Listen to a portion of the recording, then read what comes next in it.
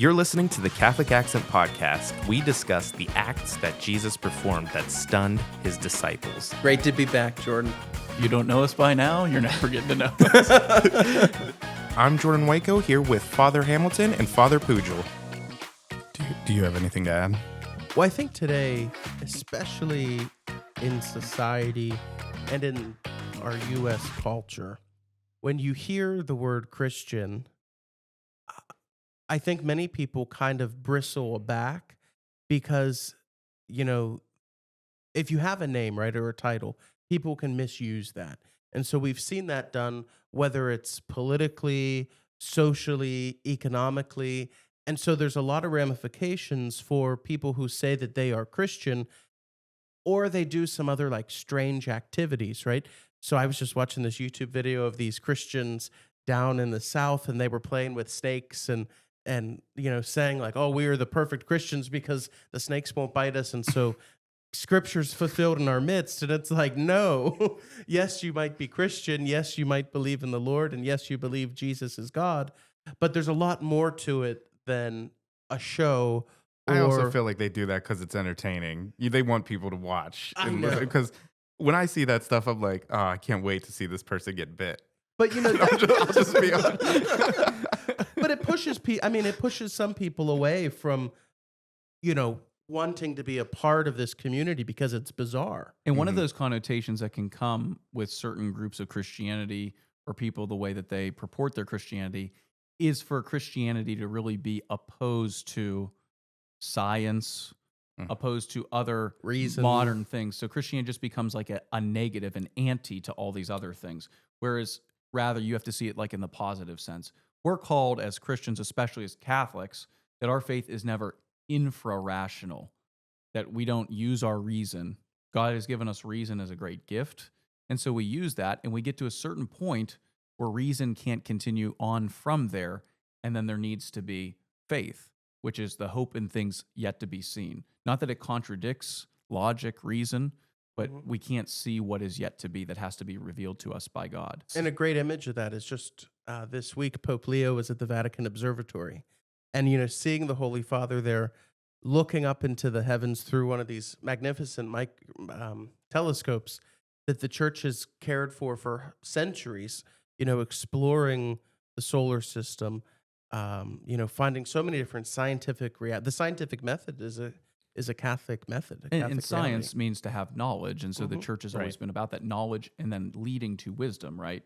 Because knowledge is primary, and then wisdom is something that is really a gift. Well, it's just like, you know, we talked about the magician, and magic was really just science that hasn't been hypothesized yet or written out. It could be in certain areas like alchemy or these other things, but sometimes they had like pagan draws towards other. Oh right, yeah, where they try. Yeah. Stay away from the demonic, Jordan. How many times do we have to tell you? Another good image of this, and I always love Dante Alighieri, so I'll bring it back. You guys will yell at me for mentioning the Divine Comedy, but nonetheless, make sure you read all three. His guide, yes, all three.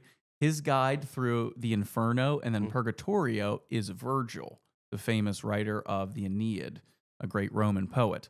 He represents reason, rationality. When he comes to the threshold of going to then into paradise, heaven, he no longer has Virgil anymore. Reason, it gives way to Beatrice, or as we think of beatitude, this joy, and Beatrice leads him then through the rest along with some of the saints. And what that shows is that it gives way from reason to faith, eventually, to the higher realms. And so both and together as the church has always held. So when we look at our Christian brothers and sisters, you know, our hope is that they do come to the full union with the church. But you can also see in their practices those things that are lacking, right? Because most of those Christian communities have separated from the Catholic Church. And I think it was this year, actually, in England, for the first time since the Reformation, Catholics are now outnumbering Anglicans, members of the Church of England.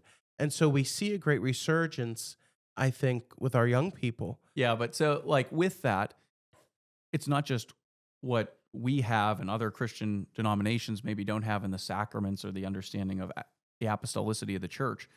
but we can really be challenged by other Christian denominations. Oh, for sure. I've been Especially very with edified Scripture. and moved to work with other Christian pastors. Like whenever I was a prison chaplain, I was there with others. I was there with a Jewish rabbi that I worked with and people from different faith backgrounds. So there is a give and take there and a learning where like we can still be challenged. Sometimes Protestant pastors can be excellent preachers. They're very, very dynamic in the way that they scholars. preach, in their scholarship.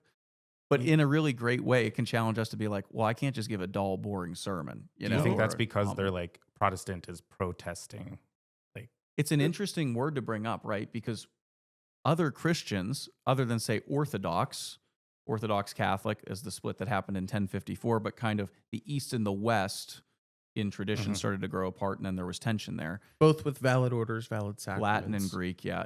What you start to see is with other Christian groups, well, their identity is based upon Catholicism, right? Or the church. Yeah. What are they protesting? So it's kind of like you have to saw off the branch that you're sitting on to then make a protest against the tree that you came from.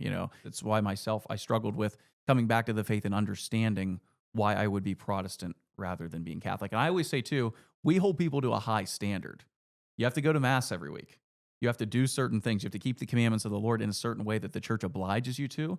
I think that's a good thing because organizations or just things that we experience in general, the order of the world, if you have a high bar standard, that usually means that you're really holding people to something more and expecting something of them. And that tends to be true.